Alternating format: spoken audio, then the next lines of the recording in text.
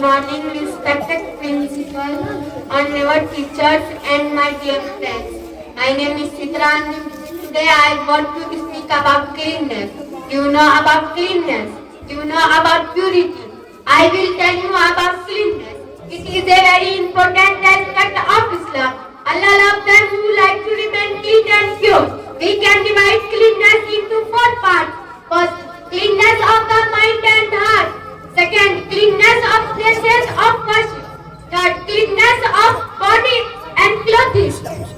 Fourth, cleanness of house and surrounding. We have all heard of the saying, cleanness is next to godliness, which means it is